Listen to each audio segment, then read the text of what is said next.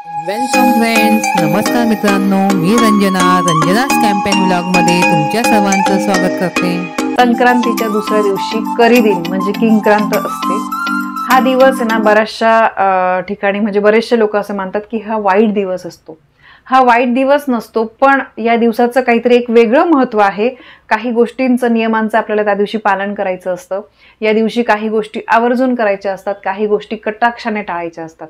दिवस कोणताही वाईट नसतो, पण त्या दिवसाला काहीतरी महत्त्व असतं, त्या दिवसाचं काहीतरी वैशिष्ट्य असतं, म्हणून आपल्याला काही गोष्टींचं नियमांचं पालन करायचं असतं। तर बघा, 14 जानेवारीला संक्रांत आहे आणि त्याच्या दुसऱ्या दिवशी म्हणजे 15 जानेवारीला बुधवारी आहे किंक्रांत, करी दिन। पहिल्या दिवशी भोगी असते, मग संक्रांत असते आणि मग किंक्रांत असते। 3 दिवसांचा मकर संक्रांती हा सण आपण साजरी करत असतो। किंक्रांतीच्या दिवशी, करी दिनाच्या दिवशी कोणतंही शुभ काम करत नाही। या दिवशी म्हणजे छोटं मोठं कोणतंही काम असेल तर ते करत नाही, कारण असं म्हणतात की त्या दिवशी काही शुभ काम केलं तर त्यामध्ये आपल्याला यश मिळत नाही। म्हणून तर तुम्हाला कोणतंही छोटं मोठं काम असेल तर ते आपल्याला करायचं नाहीये। दुसरी गोष्ट, यामागे एक पौराणिक कथा आहे। फार वर्षांपूर्वी संकारसूर या नावाचा राक्षस होता। तो लोकांना फार पीडा द्यायचा। त्याला मारण्यासाठी देवीने संक्रांतीचे रूप घेतले होते। म्हणून आपण बघा म्हणत असतो की यावर्षी संक्रांतीचे वैशिष्ट्य काय आहे, काय धारण केलेले आहे, वयाने काय आहे वगैरे, तर हे त्या मागचं कारण आहे। तर त्या राक्षसाला मारण्यासाठी देवीने संक्रांतीचे रूप घेतले होते। या संक्रांती देवीने संकारसुराला ठार केलं आणि त्यानंतर लोकांना सुखी केलं। आणि संक्रांती देवीने मकर संक्रांतीच्या दुसऱ्या दिवशी या राक्षसाला ठार केलं। त्याला लोक किंक्रासूर असं सुद्धा म्हणत असत। तर या किंक्रासूराला ठार केल्यापासून प्रजा जी आहे ती त्याच्या जाचातून मुक्त झाली, त्याच्या छळापासून ती मुक्त झाली। म्हणून किंक्रांत जो सण आहे तो वाईटावर चांगल्याची मात म्हणून साजरी केला जातो। म्हणून या दिवशी कोणतं पण शुभ काम केलं जात नाही। या दिवशी वाईट गोष्टी आपल्याला सोडून म्हणजे नवीन गोष्टी ज्या आहेत त्या अंगी करायच्या असतात, वाईट गोष्टींचा त्याग करायचा असतो। तर किंक्रांतीच्या बघा दुसऱ्या दिवसापासून मग नंतर स्त्रिया हळदी कुंकूला प्रारंभ करतात। या दिवशी बघा शक्यतो बेसनाचे जे धिरडे आहेत तर ते केले जातात। जसं बघा संक्रांतीच्या दिवशी आपण तिळाला महत्त्व देतो, त्याच भोगीच्या दिवशी आपण भोगीची भाजी करतो, त्याप्रमाणे करी दिनाच्या दिवशी किंक्रांतीच्या दिवशी आपल्याला बेसनाचे जे धिरडे आहेत तर ते करायचे आहे।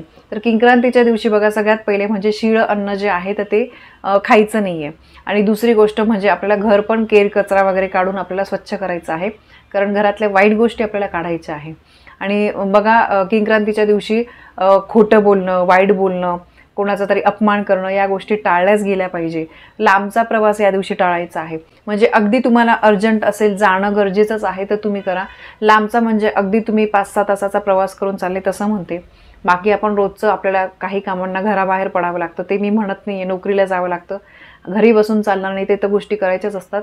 पण काही निमित्ताने तुम्ही काहीतरी कामाला लांबच्या प्रवासाला चालले तर तो प्रवास टाळला गेला पाहिजे।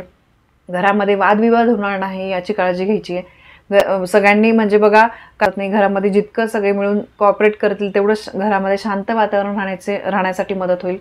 सगळ्यांची अगदी आदराने वागा, मोठ्यांचा अपमान करू नका, फसवणूक करू नका, वाईट बोलू नका, कारण या दिवशी अशा दिवशी जर तुम्ही असे अशुभ काम केले तर त्याचा वाईट परिणाम, त्याचे 100% ज्या परिणाम आहेत ते तुम्हाला आत्ताच भोगावे लागतील। म्हणून नक्की लक्षात ठेवा।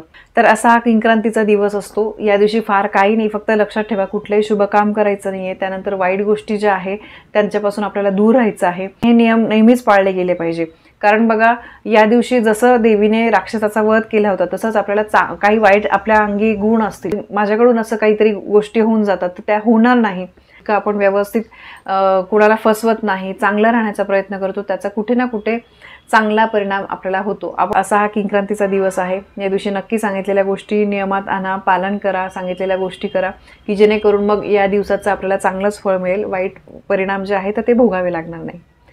तर ही किंक्रांताची, करी दिनाची माहिती आवडली असेल तर व्हिडिओला लाईक करा, शेअर करा। आपल्या चॅनलवर नवीन असाल तर सबस्क्राईब नक्की करा। धन्यवाद। श्री स्वामी समर्थ।